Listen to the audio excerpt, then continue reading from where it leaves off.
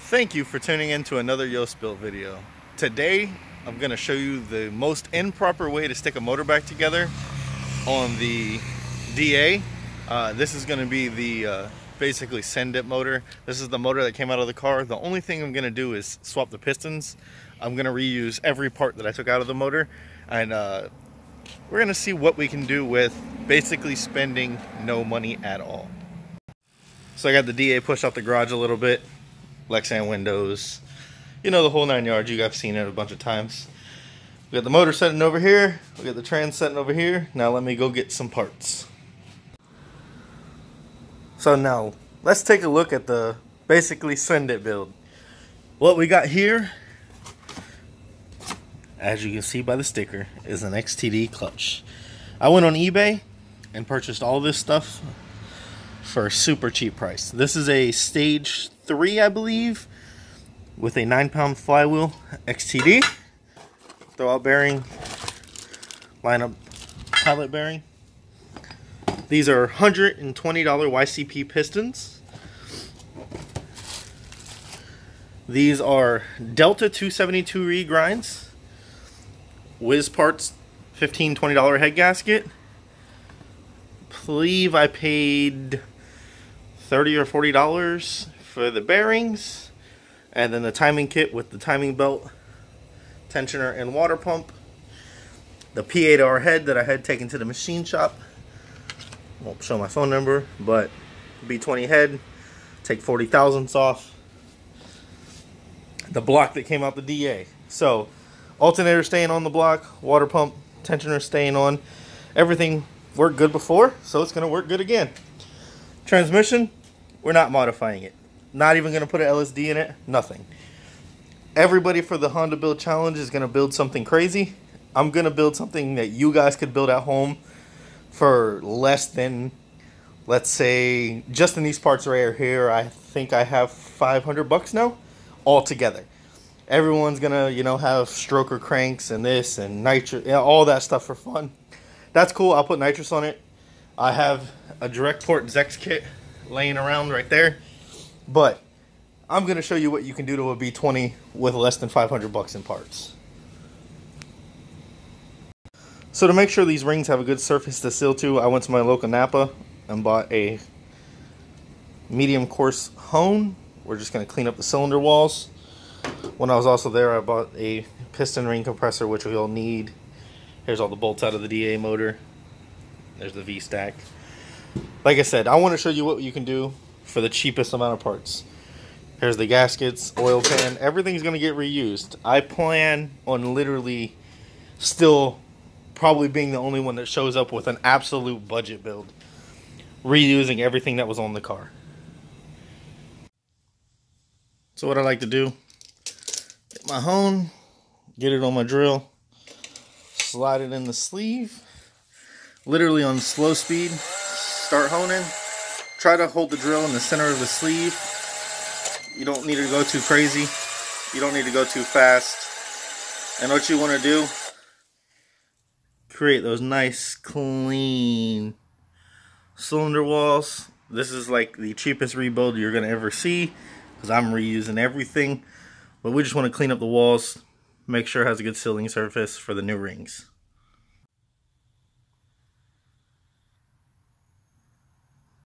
So this is going to be another Yoast Tech tip. I do not recommend you do this to a motor that you plan on driving for a long time. The DA is going to see a lot of nitrous. I don't plan on it lasting that long. I don't suggest you reuse bearings and retorque OEM head studs, retorque main studs, and I just don't suggest it. It won't last very long. But this car will probably get 5 miles out of it. I'm not going to say it's going to last a long time, but we're going to see what it does. So I hope you guys are ready to see the rods come out the side. I always have extra spare motors laying around, so I've been asked to sell a few of them recently by a couple people, and I just don't want to sell them because I want spares, because I'm going to blow them up. That is the goal. I literally will probably be on my 3rd or 4th setup before we get to the Honda Build Challenge. And yes, this is the motor if it lasts, that will show up to the Honda Build Challenge. So let's see what happens with it. Quick little update. We're gonna hop in the Juke and go over to Brian's shop and press the piston pins out and press the YCP pistons on the original rods. Boy, what do we have here? They ain't ready for it. The cow's gonna fly. So we have our Harbor Freight press right here. We got a rod in here, piston, flat surface for it to set on, nice little socket, and basically you just line up the pin and then you'll feel the pressure. And you press it out all the way until you get this. Already got the first two off, and let me do the second two and then press the new pistons on. I'll give you guys a little side-by-side comparison. Teflon coated, rings lowered down for a better burn. Look at the dome. These will make the B20 approximately 11.5 to 1. So to put them on, we're going to do the same process, just in reverse. But this time we're putting a block of wood under it so we don't damage the side of the piston. Line it up, press the pin in, and then just use the press to put the new pins in. Just for all the non-believers, standard size 84mm, YCP 11.5 to 1, press pin, stock rod PR4, stock bolts, and bearings that came out of the motor. My nice little Harbor Freight piston wing compressor. I like to stick it about that far on the piston, so when I stick it in the sleeve has that much to kind of stabilize it as you push it in. So I also like to put a little lube on the skirts of the piston, and I take the OEM bearings out, clean them up, make sure this is nice and dry, and then stick the bearing back in, and then use a nice little Permatex Ultra Slick.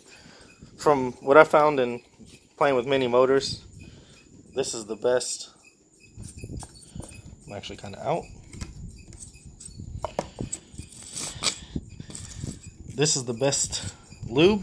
It's nice and sticky. You can see it doesn't even run really.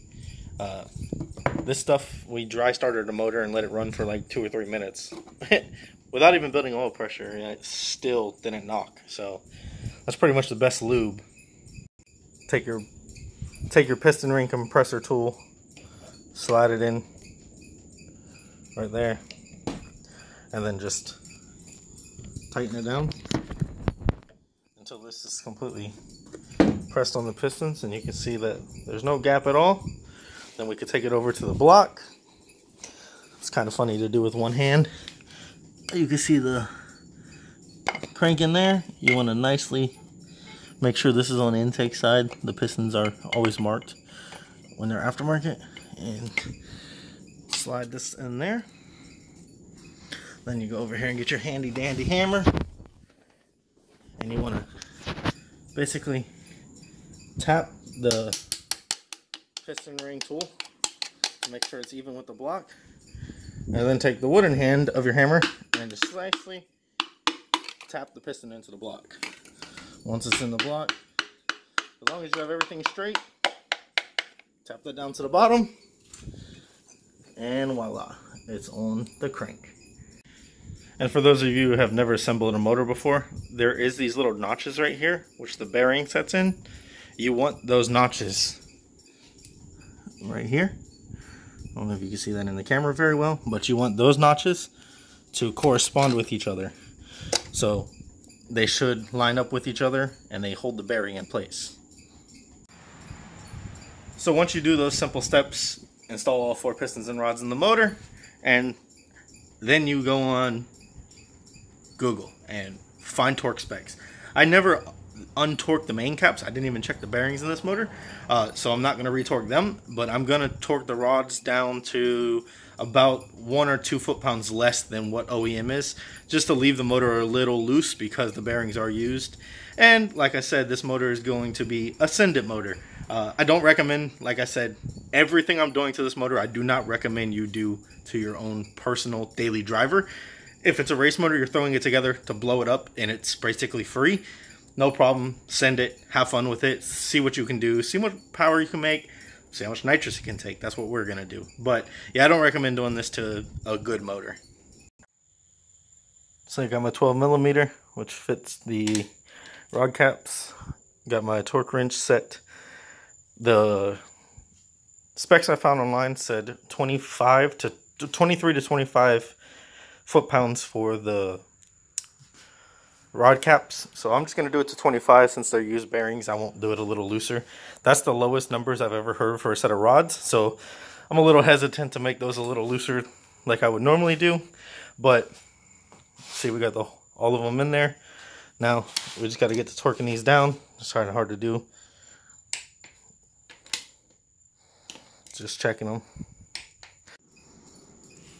So I got the windage tray in, got the oil pickup on, got the oil pan on. Next we're going to put the 9-pound flywheel on, put the clutch on, then we're going to flip the transmission and the motor over and stick it back together. So sticking my new XTD clutch on here, I just realized something. 1, 2, 3, 4, 5, 6, 7, 8, 9. I actually had to go to one of my bolt bins for my Accord and find 3 more bolts, because unlike the OEM clutch that had 6 bolts, this one has 9. Maybe it's because of the extra clamping force of the stage 3 XTD disc. I don't remember the old school designs having that, so maybe this is something new. In the comments down below, if you could let me know if you've seen this before, I'd be much appreciated. So we got the transmission on, got the clutch installed, got everything on, got the new head gasket. Just put our dial pins in, and we're about to install the P8R. After the 2-step process of torquing the head down, which we made a 3-step process because we torqued it to 45 and then 65 and then 75 because we used we used OEM head bolts. Like I said, this is an experiment motor. I don't recommend you doing any of this to your personal motors. I guarantee you it won't last. So now, let's put in something else. I hope these last. I need these to work. So a quick little update. We got the timing belt on, got the cams in, got everything torqued down. What we're doing right now is a quick valve adjustment. Delta cams recommend 6 and 8. This is a cold adjustment, so I'm just going to go to 8 thousandths.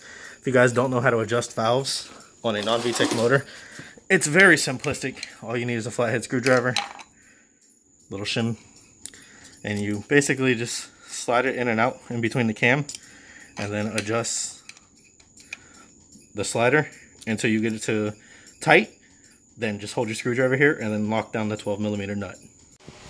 Well guys, another quick update. It's a motor. It's together, it's timed, has compression, it turns over really smooth. Now that I have Brian here, we're gonna put the motor real quickly in the car just so I have room in my garage. We got to put the nitrous on the intake manifold. I got to get an intake manifold gasket, I believe, that I don't have yet. And other than that, I can actually put the rest of the car back together. So we're going to do that real quick, and then that'll probably be the end of this video. And just like that, VACA has her motor again. I want to give a shout out to Brian. Thanks for coming by. Thanks for helping. And oh yeah, what did you bring me? You're talking about weight reduction, right? Dang, I might need to borrow that hammer though. Uh-oh, I see the name. What's this all about? What's this?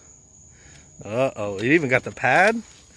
Oh man, we're going to be comfy. We're going to be able to take road trips with this thing. Well guys, that's going to conclude the video for tonight. Hope you guys enjoyed it. Hope you guys enjoyed the progress on the DA. Hey Lou, what do you got to say to him, Lou? Yeah? You ready for all the noise of the DA? we're trying to get it done for the Honda Build Challenge. I'm actually trying to get the car done for Cletus and Cars. Sorry if the light's so dim. I'm outside and let my dog go to the bathroom. Thank you for liking. Thank you for subscribing. I'm now at 940 something. My goal is still 1,000 by my birthday. Until the next one, you guys are the best. Like I said, leave down in the comments below. What do you think the DA is going to run on, say, a 100-shot direct port with the motor I just stuck together? You guys know everything that's inside of it. You've seen everything I did. Till the next one.